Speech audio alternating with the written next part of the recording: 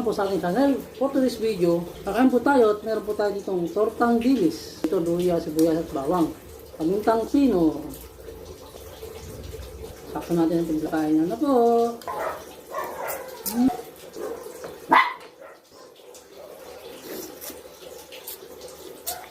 Sarap.